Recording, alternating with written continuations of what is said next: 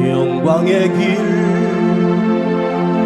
너 걷기 전에 갈보리 길 너 걸어라. 내 모든 죄 주께 맡긴 후 하늘 문을 바라보라. 하늘 가는 다른 길 없네. 오직 예수 오직 한 길 갈보리 길 걸어가신 주 그 길 따라 너 걸어라. 영광의 길 너 걷기 전에 갈보리 길 너 걸어라. 내 모든 것 주께 맡기루 하늘 문을 바라보라. 방황하는 영혼을 위해 십자가에 길이 있네. 죄 빠진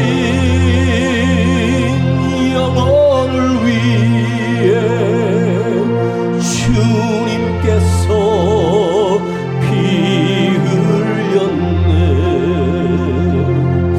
못 박힌 두 손 날개 펼치사 나로 그 그늘에 쉬게 하며 부드러운 사랑의 음성 나로라 부르시네. 방황하는 영혼을 위해 십자가에 길이 있네. 죄 빠진 영혼을 위해 주님께서 피 흘렸네. 고난의 길 앞서가신 주 가시관에 머리를 찔렸네. 그 십자가 날마다 보네. 내 모든 죄 다 씻겼네. 하늘 가는 다른 길 없네. 다만 한 분 나의 예수 부활의 주 말씀하시네. 갈보리 길 너 걸어라. 고난의 길 앞서가신 주 가시관에 머리 찔렸네. 그 십자가 날마다 보네. 내 모든 죄 다 씻겼네.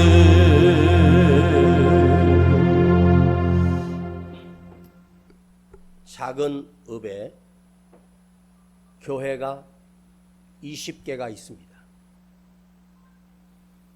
한 교회에서 구정 때 꼭 1년마다 집회를 하는데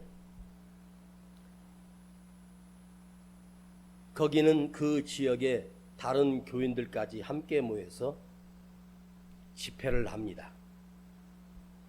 제가 그 집회에 오래전에 강사로 갔었습니다. 그리고 함께 모였던 성도들이 은혜를 받고 거기 참석하신 작은 교회의 목사님이 우리 교회도 목사님 오셔서 집회해 주세요. 저희 교회는 사람도 작고 교회도 작습니다. 조그만 언덕길로 45도 높이로 차가 올라가면 거기에 교회가 하나 있는데 정말 아담하고 그 예배당에 이 의자 한 줄 놓을 수 있는 크기도 없는 조그만 교회입니다. 그런데 그 목사님이 사람이 작은데도 오실 수 있겠습니까? 제가 약속을 잡고 갔습니다. 이 작은 교회에 내가 저 이은세 목사님 집회에 참석했다가 너무 은혜를 받아서 우리 교회에 집회를 하기로 했다고 며칠이지만 큰 은혜를 받으라고 광고를 하고 제가 강단에 섰습니다. 목사들이, 사람들이, 교인들이 어느 교회는 작은 교회, 어느 교회는 조금 큰 중형 교회, 어떤 교회는 대형 교회, 한국 교회는 소형 교회, 개척 교회, 또 중형 교회, 100단위 이상 500단위 중형 교회라고 하고 5천이 넘어가고 만이 넘어가면 대형 교회라고 합니다.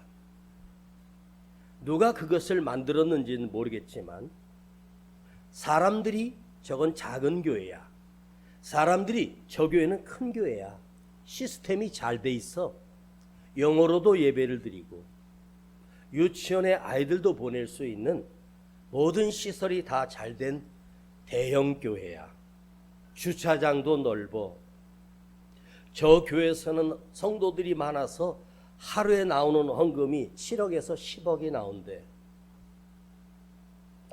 사람이 많이 모이는 대형 교회와 작은 소형 교회를 한번 생각해 보십시다.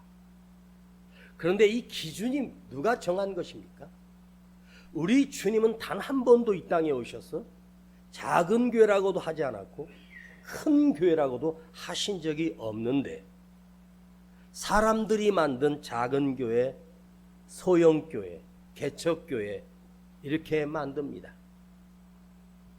목회자들끼리도 개척 교회, 작은 교회 목회하는 목회자들은 기가 죽어 있고 삶도 즐겁지 못하고 목회하는 것 자체가 곤욕이며 내가 어떤 기회를 타서 조금 더 큰 교회로 옮겨가는 것이 꿈입니다. 지금까지 대한민국 교회의 수만 개의 교회 중에 어느 목사가 대형교회 부목사로 있다가 이제 어디 한 300명 모이는 교회 담임 목사로 갔는데 그 목사가 유명 스타가 되어버렸습니다. 설교로 잘한다고 유튜브 방송에 나오면서 유명해졌습니다. 그랬더니 대형교회에서 담임 목사가 은퇴하는데 그 목사를 그 대형교회로 담임 목사로 초빙하는데 지금까지 한국의 교회 역사 중에 500명 목회하고 있는 목사가 3,000명 교회에서 담임 목사로 초청을 하면 거절하는 목사는 지금까지 단 한 사람도 없었습니다. 대형교회 목사가 중형교회나 소형교회, 작은 교회로 부임해서 담임 목사로 간 적도 대한민국 교회는 지금까지 단 한 번도 없는 사례입니다. 목사들마저도 크고 웅장하고 사람 많이 모이는 교회, 헌금 많이 모이는 교회, 더 유명한 교회에 가고 싶어서 발악을 하고 있습니다. 주님은 작은 교회, 큰 교회라고 결정한 적이 없는데 인간들이 구별해 나왔습니다. 사람이 작은 교회야, 시골 교회야, 작은 교회야, 사례비도 없어. 근데 여러분 생각해 보십시다. 크게 모였다고 해서 그 대형교회 예배당에 들어가 보십시오.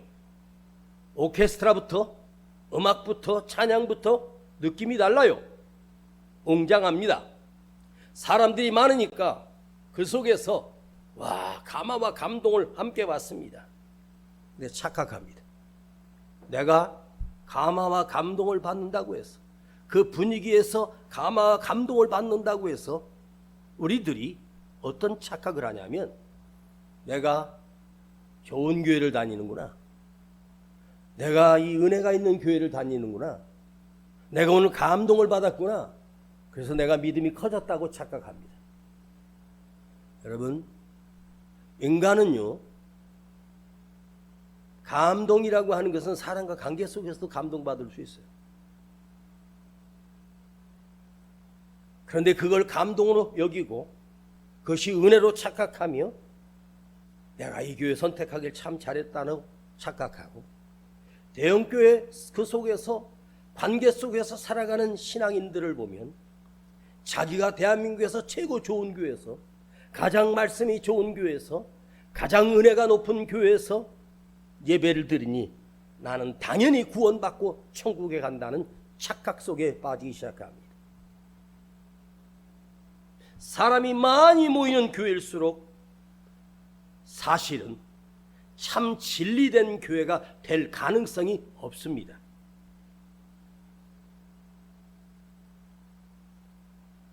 참된 교회라고 하는 것은 그 안에 얽혀있는 많은 문제들이 훨씬 더 많은 교회라는 거예요.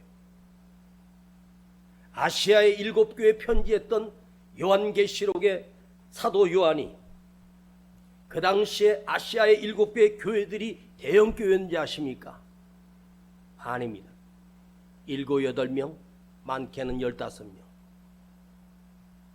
예수님은 이 땅에 오셔서 작은 개척교회를 하셨는데 예수님을 따르는 제자들이 겨우 12명이었고 한 놈은 자기를 돈을 주고 팔아버린 가룟 유다까지 섞여 있었습니다.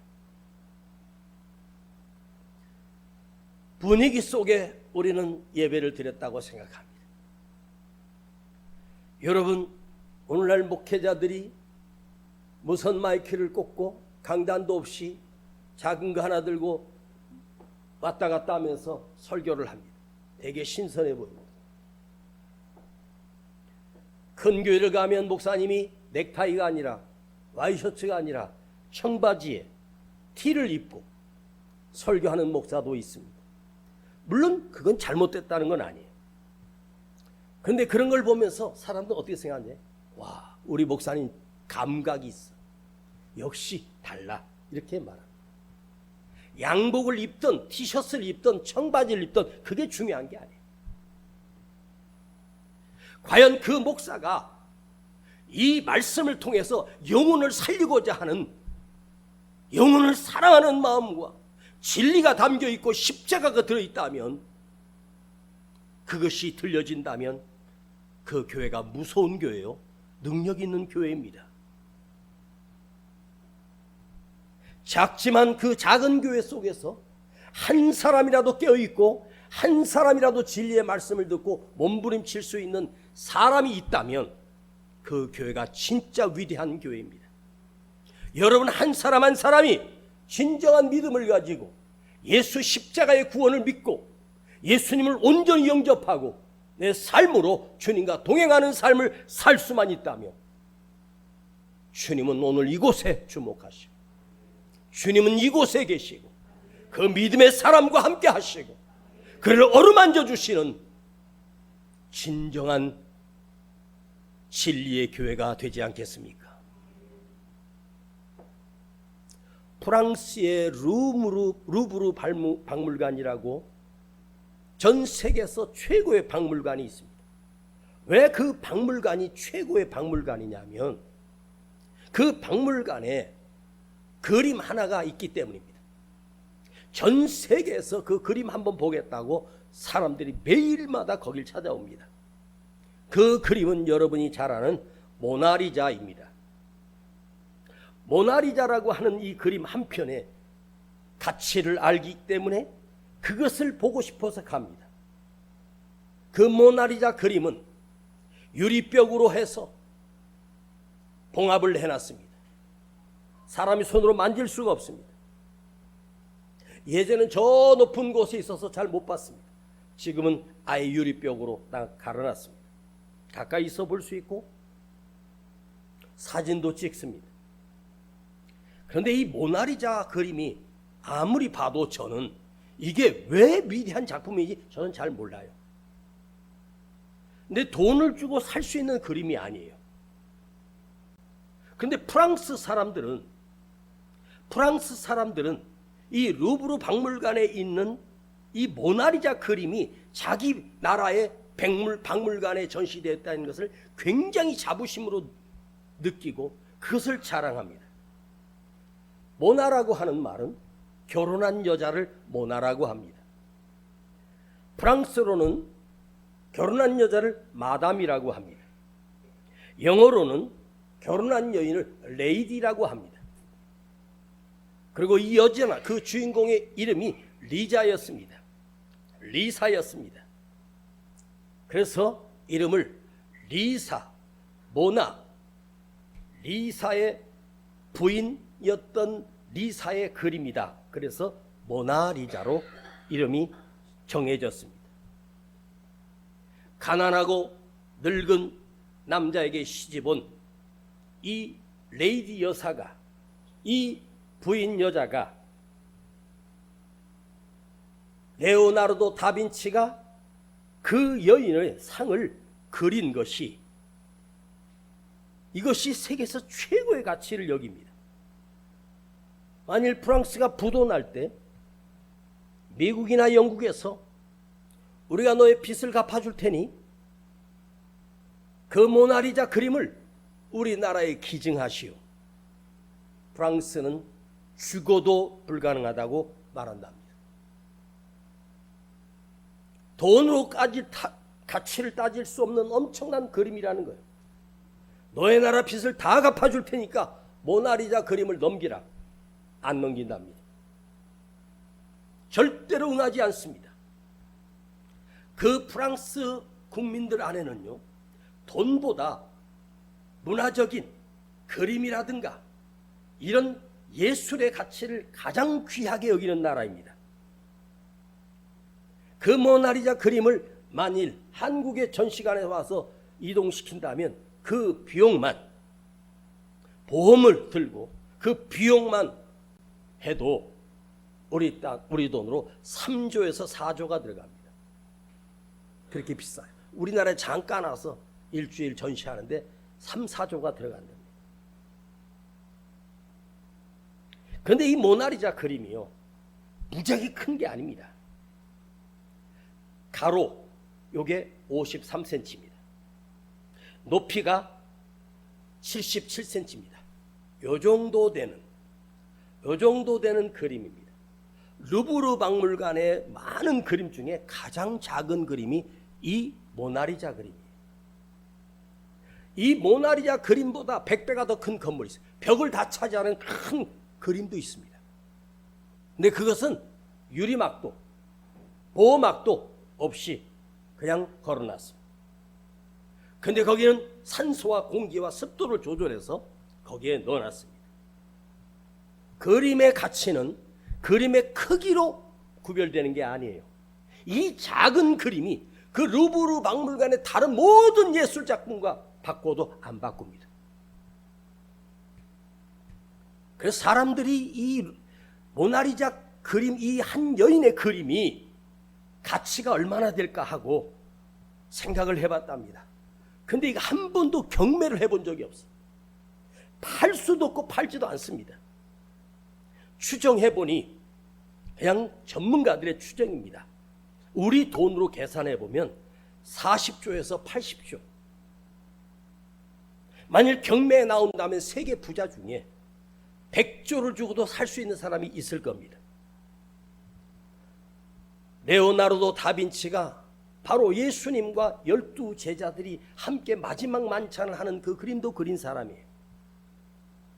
그 한 여인의 그림을 이 1503년에 시작했는데 1507년에 완성을 했고, 그리고 그는 마지막 그 그림에 17년 동안 계속해서 수정하며 늙어서 마지막으로 자기 생명을 걸고 17년 동안 그 그림을 또 보존하고 또 붙이고 또 칠을 하고 또 붓칠을 해서 그리고 병들어 죽습니다. 레오나르도 다빈치는 이 그림을 완벽하게 만들기 위해서 매일 그것과 씨름하다가 쓰러져 죽었습니다. 여러분, 교회라고 하는 것도 작아도 참된 거룩함과 진리가 그 안에 거하지 아니하면, 아무리 크다고 진리가 없고 성령님이 계시지 않고 주님이 거하지 않다면 그건 교회가 아닙니다. 우리나라의 95%가 작은 교회예요. 고작 1%, 2%가 대형교회입니다. 대형교회는요 1%가 아니죠. 0.001%입니다. 모두가 다 소형교회요, 개척교회, 작은 교회들입니다. 20, 30명 모이는 교회가 95% 이상입니다. 그런데 주님이 보고 계시는 그 교회 기준은 사람이 많이 모였구나 해서 기뻐하는 것이 아닙니다. 그 속에 한 사람 한 사람 속에 진정한 진리의 믿음을 가지고 있고 주님을 사랑하고 주님을 위해서 내 목숨까지 드릴 수 있는 자가 있는가입니다. 그걸 찾으시는 거예요. 예수님은 날마다 교회를 바라보고 계십니다.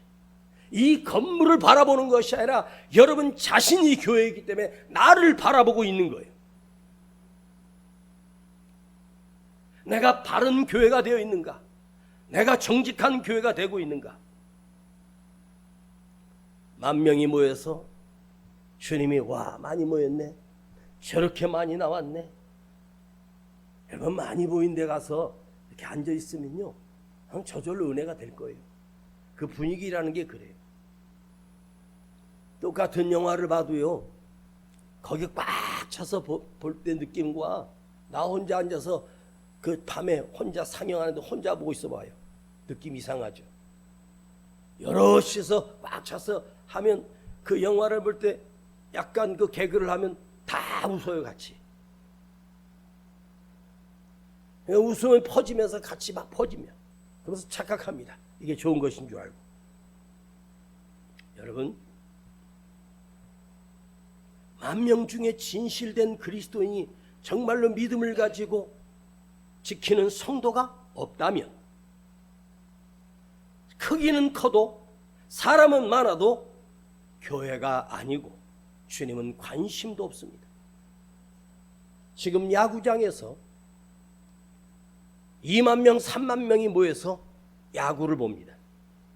야구를 보고 있는 그 응원단들은 목숨 걸고 목소리 쉴 때까지 소리칩니다. 그것은 자기 팀 이기라 응원하는 것이지, 목이 쉬었고 이기기를 바랬고 사람 많이 모이는 곳은 지금 월드컵 하고 있는 경기장에는 5만, 10만이 모인답니다. 여러분, 주님은 누구를 찾고 있습니까? 예수쟁이를 찾고 있는 거예요. 예수에게 미친 사람을 찾고 있는 거예요. 예수에게 중독된 사람을 찾고 있는 거예요. 그 한 사람이 있을 때 우리 주님은 기대하고 그 한 사람과 씨름하고 계시는 거예요. 구약 시대에서 또 보십시오. 하나님께서 만나준 사람이 한 명씩이었습니다. 수가 많지 않았어요. 아브라함 한 사람 붙들고 하나님이 씨름하셨어. 야곱 하나 붙들고 씨름하셨고 요셉 하나 붙들고 씨름하셨어. 다니엘 한 사람 붙들고 씨름하신 분이 하나님이셔. 그러면 참된 믿음은 무엇일까? 진짜 믿음은 무엇일까? 지금 이스라엘 땅에 성지 순례를 가면 통곡의 벽이 있습니다. 통곡의 벽이라고 하는 것을 여러분 들어보셨을 거예요. 이 통곡의 벽은 성전이 아니라 성전을 지키고 있는 벽이었습니다. 성전은 이미 부서졌고 그 서쪽에 남은 벽 하나가 있습니다. 그 서쪽에 남은 벽의 크기는 고작 40, 50 그리고 38m 정도 되는 높이 그 벽 하나가 있습니다. 그래서 이스라엘 땅에 성지 순례 가면 가장 사람들이 가야 하는 곳이 이 통곡의 벽은 반드시 가야 됩니다. 그런데 이스라엘 백성들은 그 성전을 어떻게 여겼냐면 하나님으로 여겼어요. 성전을 하나님으로 여겼고 성전 자체가 하나님이고 그 성전은 신성한 곳이고 거룩한 곳이고, 그래서 예수님이 오셨을 때, 진짜 성전의 주인 되신 예수님이 오셨을 때 유대인들은 예수에게 봐라, 이 위대한 성전을 보지 않느냐, 솔로몬이 수십 년간 지은 거야. 그러면서 그 성전을 마치 하나님으로 과장해 버렸습니다. 그리고 하나님으로 자랑하기 시작했습니다. 그때 주님이, 성전의 주인 되신 주님이 이렇게 말씀하셨습니다.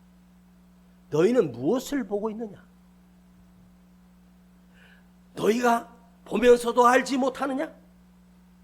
내가 진실로 진실로 너에게 이르노니 돌 하나라도 돌 위에 남지 아니하리라.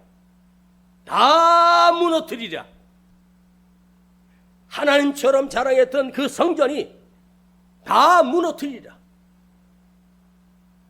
그리고 고작 2, 3년 뒤에 로마의 티투스가 예루살렘에 와서 그 솔로몬 성전을 불태웠고 부셔버렸습니다.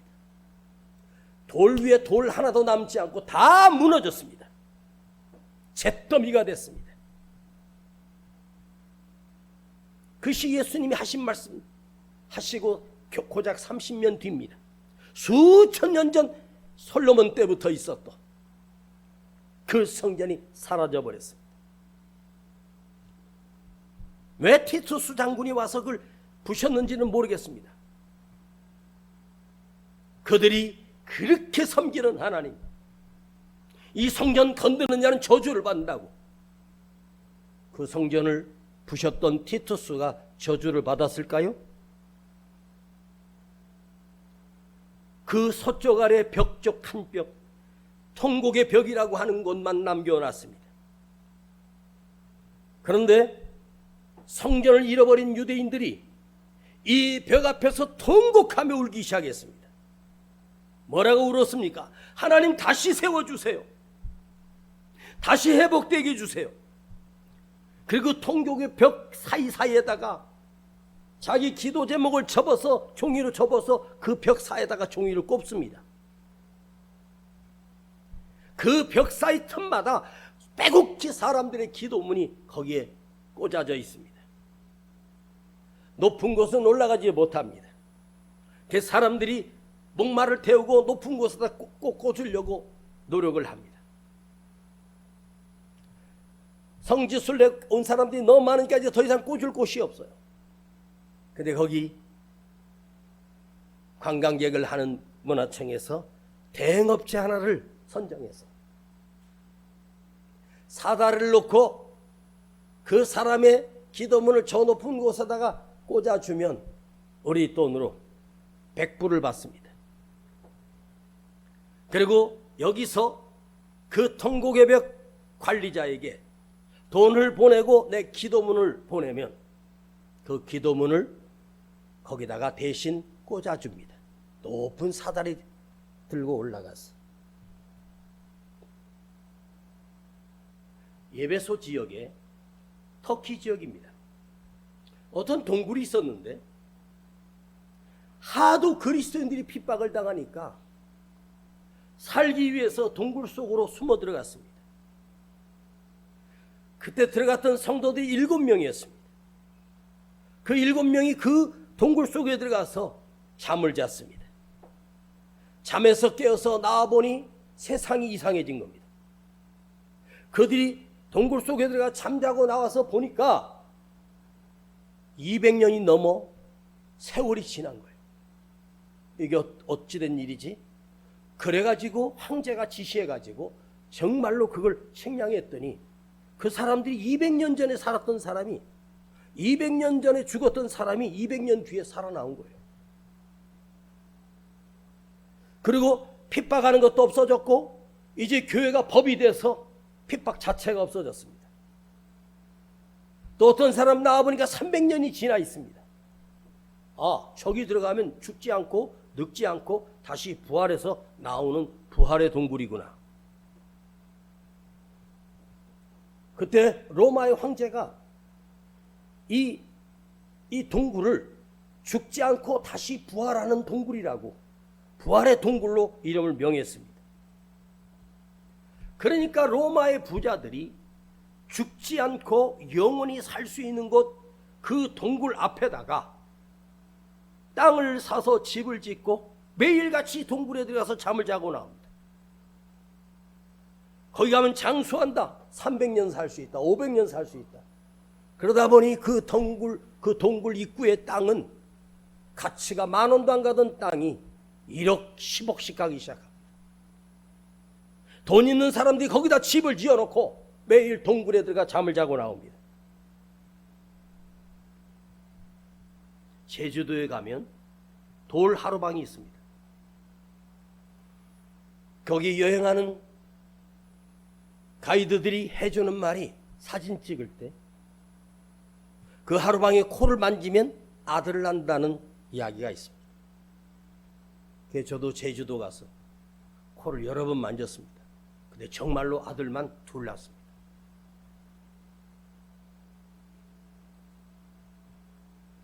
여러분, 돌 하루방에 코를 만지면 아들을 낳습니까? 그 동굴 속에서 자고 나오면 수천 년을 살 수 있습니까? 통곡의 벽에다가 기도문을 적어놓으면 하나님의 응답이 빠릅니까? 이게 진짜일까요? 정말 그러합니까? 그러면 여러분, 많은 돈도 아니에요. 통곡의 벽에 갔다가 내가 원하는 소원을 다 적어서 거기다 꽂고 오시면 여러분 인생 자체가 찬란해지기 시작하면 가십시오. 통곡의 벽을 찾아갔던 우리나라 성도들, 목사와 집사와 권사, 장로들이 거기 가면 놀랍게도 모두가 다 그 전날 자기 소원과 기도 제목을 써서 거기다 꽂아두기를 위해서 목사도 장로도 권사도 다 가서 기어이 자기 기도문을 꽂아놓는답니다. 이 말은 목사도 그걸 믿고 장로도 그걸 믿고 권사도 믿고 성도들이 다 믿는다는 말이에요. 늙지 않고 오래 살 수 있고 부자가 될 수 있답니다. 이게 진실일까요? 믿음은 무엇입니까? 믿음은 내 것을 버리고 철저하게 나를 죽이고 온전히 주님께 내 삶을 맡기는 것이 믿음입니다. 다시 하겠습니다. 믿음은 무엇입니까? 하나님 앞에서 내 것을 내려놓고 철저히 나를 낮추며 온전히 주님께 내 삶을 드리고 맡기는 것이 믿음입니다. 용한무당을 찾아가서 천도제를 드리면 3천에서 5천을 달라고 합니다. 사업이 번창하는 곳은 5천에서 1억이 넘습니다. 그렇게 돼서 부자가 되고 우리 가문이 잘 됩니까? 예수 믿는 목적이 무엇입니까? 내 원함을 이루기 위해서 예수를 믿는 겁니까? 내 팔자가 바꿔지기 위해서 예수를 믿는 것입니까? 주님의 원하심을 따르고 주님의 원하심에 복종하는 것이 예수를 믿는 것입니다. 내가 예수를 위해서 살다가 결국은 주님 때문에 내 목숨을 내놓아야 하는 사람이 바로 그리스도인입니다. 주님을 위하여 죽을 수 있는 용기와 믿음을 가진 자가 바로 믿음의 예수쟁이입니다.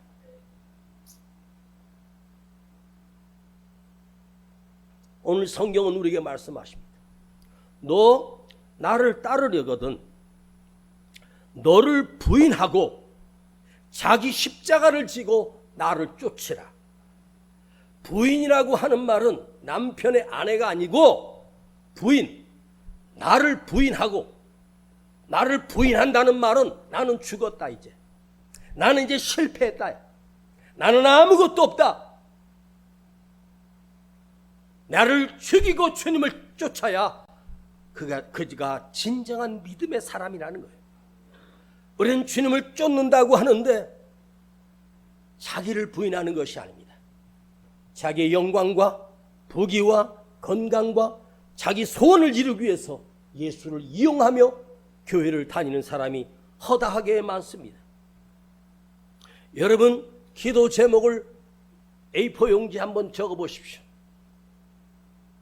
뭐 이렇게 달라는 게 많아요. 뭐 해달라는 게 그렇게 많아요. 주를 위해서 내가 희생하겠습니다. 주를 위해서 죽겠습니다. 그걸 한 글자라도 있습니까? 우리가 믿는 예수님이 부처입니까? 아니잖아요. 예수님이 비유 중에 길가, 돌짝밭, 가시덤불, 그 다음에 옥토가 있었어요. 옥토에 떨어진 씨앗만이 30배, 60배, 100배의 결실을 얻었다고 합니다.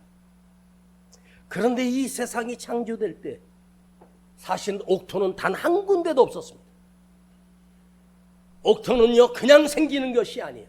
누군가가 땀을 흘리고 그 땅을 파 갈아엎고 가래치고 탱기로 끌고 돌을 걸러내고 풀을 뽑아내고 땀을 흘리고 수고해야 그 마른 땅이 옥토가 되는 거예요. 옥토가 될 때만이 열매를 맺어요. 그러면 나를 갈아엎고 부서지고 무너지고 깨지고 으깨지고, 그럴 때 내가 옥토가 될 때 나를 통해서 우리 주님이 30배, 60배, 100배, 1000배, 만배 결실을 거두시는 거예요. 자기 부인이 뭐예요? 나를 옥토로 만드는 거예요. 그 땅을 갈아엎을 때 얼마나 아프겠습니까? 부드럽게 만들 때 깨지고 깨지고. 모세가 이스라엘 백성을 어떻게 건져낼 수 있었습니까? 모세에게 이스라엘 백성을 건져낼 수 있는 능력은 조금도 없었고 아예 없었습니다. 그런데 그가 진짜로 건져냅니다.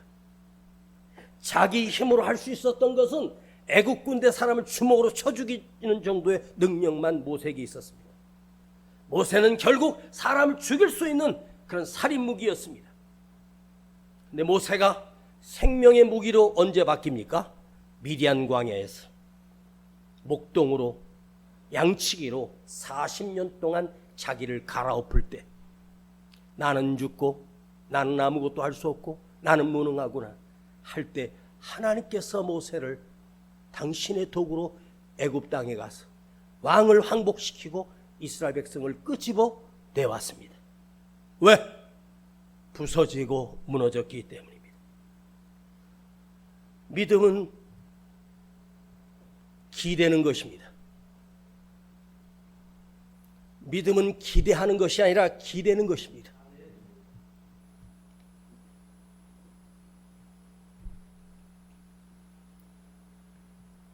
여기 벽이 있는데 이 벽에 내가 기대는 거예요. 기대면 이 벽이 나를 받쳐주잖아요. 근데 이 기대는 되게 약해가지고 점점 무너집니다. 흔들립니다. 그래도 계속 기댈 수 있어요? 흔들리면 바로 덜 떼야죠. 저는 너 나에게 좀 기대하라는 그 말이 아니라 네 몸을 맡겨 기대해. 이 말이 생각나요. 그래서 저는 오늘 여러분들에게 믿음은 기대는 거다. 누구에게? 예수님께 기대는 거다. 하나님의 말씀에 나를 기대는 것이다. 그럼 그 말씀이 든든하게 나를 기대줘서 버텨주는 것처럼 보이잖아요. 그게 점점 무너지는 거예요. 그 말씀이 스티로폴 조각처럼 기대는 순간 폭 깨지는 거예요. 무너지기 시작합니다.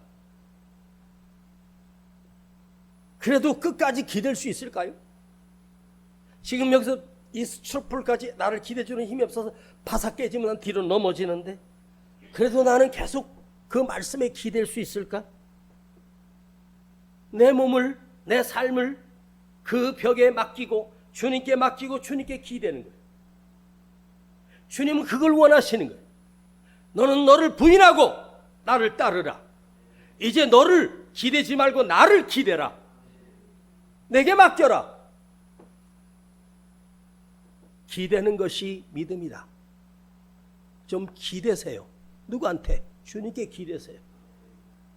여러분, 말씀에 기대며 살 수 있겠습니까? 말씀에 기댔는데 내 인생이 억울해졌고 내 인생이 쫄딱 망했고 실패했고 병들어 버렸네. 가난해졌습니다. 그래도 예수 믿었는데 다 망해버렸습니다. 그럼에도 불구하고 여전히 주님께 기대는 것이 믿음입니다. 주님을 따랐던 진짜 제자들은 어떻게 된지 아십니까? 다 죽습니다. 다 순교했습니다. 비참하게 죽었습니다. 화형 순교, 목이 잘려 순교하고 매 맞고 죽었고 사자굴 속에서 죽었고 베드로는 십자가에 거꾸로 매달려 죽었고 바울은 목이 잘려서 죽었습니다. 왜 그들이 죽었는지 아세요? 주님께 기댔기 때문입니다. 기댄다는 게 이렇게 힘든 거예요. 우리는 만져보고 눌러보고 완전한가 확인하고 기댑니다. 이 벽은 나를 기대도 10년이고 평생 나를 받쳐줄 수 있는 강력한 벽입니다. 주님의 벽은 어쩌면 흔들리고 휘청거리게 하고 부드럽고 스티로폴처럼 깨질 것 같아요. 그 벽이 나를 기대해서 힘이 받쳐주는 것이 중요한 것이 아니라 주님은 너는 나를 따르라. 너를 부인하고 나를 쫓으라. 그래도 나에게 기댈 수 있니? 나를 의지할 수 있니? 그렇게 주님을 기대다가 순교당했던 사람들이 실패자가 아니라 위대한 자요, 믿음의 승리자입니다. 어차피 죽을 목숨 세상에 기대어 좀 더 살려고 바둥거리지 마십시다. 오늘 예수님의 말씀에 기대며 삽시다. 나를 맡기십시오. 두려움 없이 맡기십시오. 지금 넘어가고 있습니다. 그래도 계속 기대십시오. 다 쓰러져서 그래도 기대십시오. 바닥에서 주님이 나를 향하여 네가 큰 교회구나. 이보다 더 큰 믿음을 만나보지 못했다. 돈을 기대며 살지 말고 건강 기대며 살지 마십시오. 예배 안에 기대고 말씀 안에 기대고 주님께 기대며 삽시다. 가슴에 한 손을 댑시다. 나는 예수쟁이입니다. 나는 예수에게 미친 사람입니다. 아버지 하나님 감사합니다. 오늘 우리를 불러주셔서 우리 한 사람 한 사람 속에 주님을 기대며 살 수 있는 자가 한 사람이라도 나오게 하시고 주님을 기대며 사는 믿음의 사람들이 점점 많아지게 하시고 마지막 때에 저들이 정말로 주님을 사랑하고 주의 말씀을 오직 믿고 쓰러져 가도 끝까지 기댈 수 있는 그런 살아있는 큰 믿음의 성전을 이루는 그런 자들이 이곳에 있게 하여 주시옵소서. 우리 구주 예수 그리스도 이름으로 기도하옵나이다.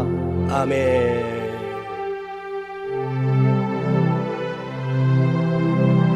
영광의 길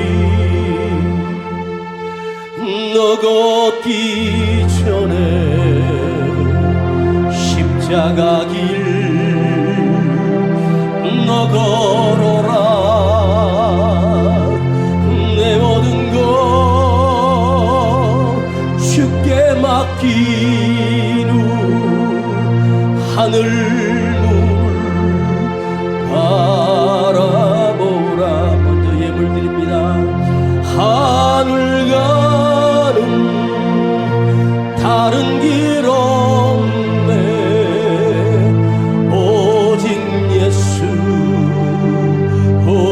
험한 길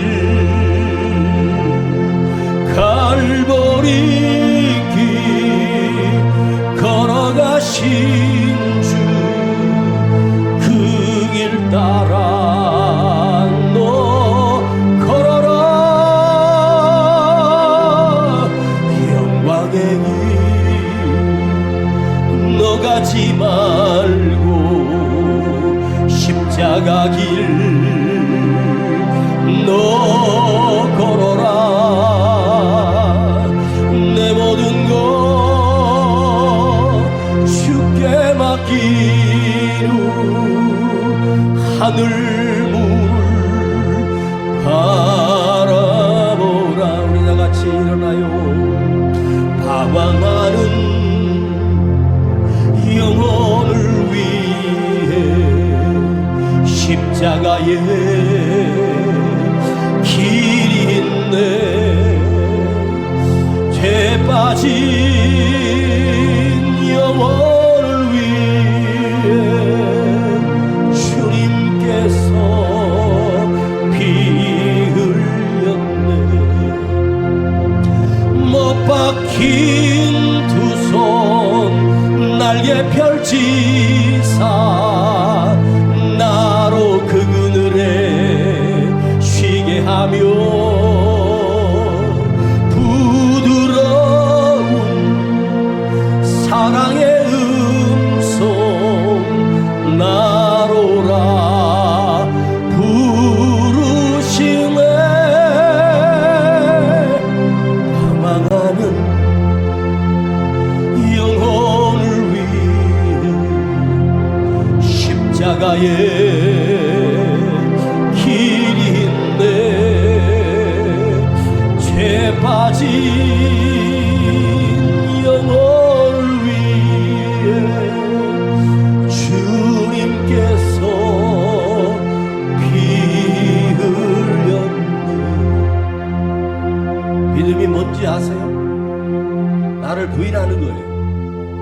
부인이라고 하는 말은 뭔지 아세요? 나를 죽는 거예요. 내 생각이 죽고 판단이 죽고 기대가 죽는 거예요.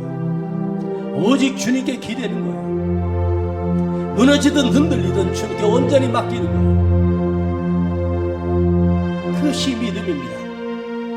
주님은 큰 교회를 찾고 많이 모인 곳 찾는 것이 아닙니다.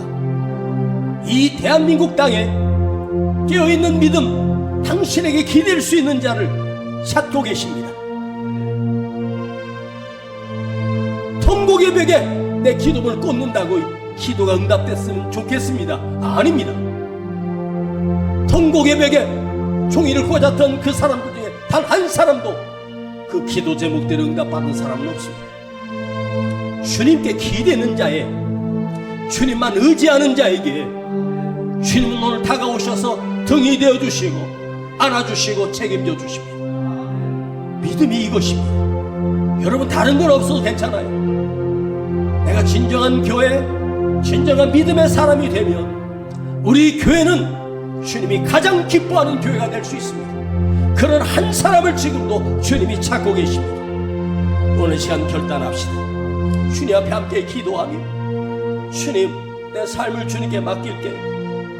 내 등도 주님께 기댈게요. 다 주님께 기댈게요. 말씀의 모든 것을 맡길게요. 흉랑이 오고 고난이 와도 상관없어요. 두려워하지 마세요.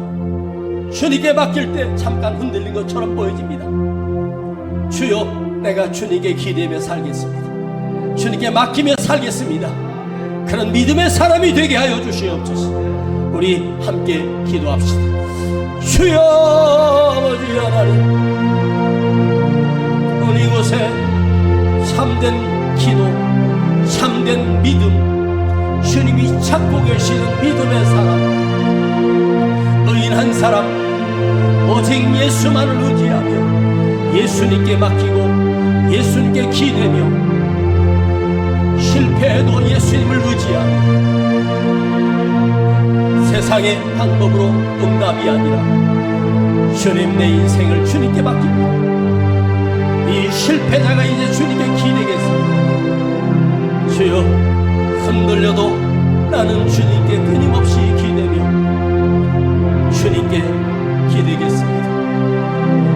나의 등이 되어주시고 나의 손이 되어주시고 나의 능력이 되시는 그 결말을 나도 보게 하시고 그 능력을 나도 맛보며 살기를 간절히 원합니다. 주여, 우리는 연약하고 부족하지만 주여, 이곳이 주님이 기뻐하는 교회, 아버지 하나님이 원하시는 예배자가 있는 교회가 되기를 원합니다. 그런 설교자가 있기를 원합니다. 생명을 사랑하는 마음으로 한 영혼을 말씀으로 바르게 세우는 십자가의 영성이 살아있는 그런 성도들이 되기를 간절히 원합니다. 오 주님, 내가 세상 것에 기대며 세상을 의지하며 살았음을 용서해 주시옵소서. 내 주님께 기대겠습니다. 말씀을 믿고 살겠습니다. 말씀에 나를 맡기겠습니다. 주여, 억울하고 분하고 두려워도 말씀에 맡기고 내 안이 평안해지게 하시고 기쁨이 넘치도록 은혜를 주시옵소서. 성령님 도와주시옵소서. 역사하여 주시옵소서.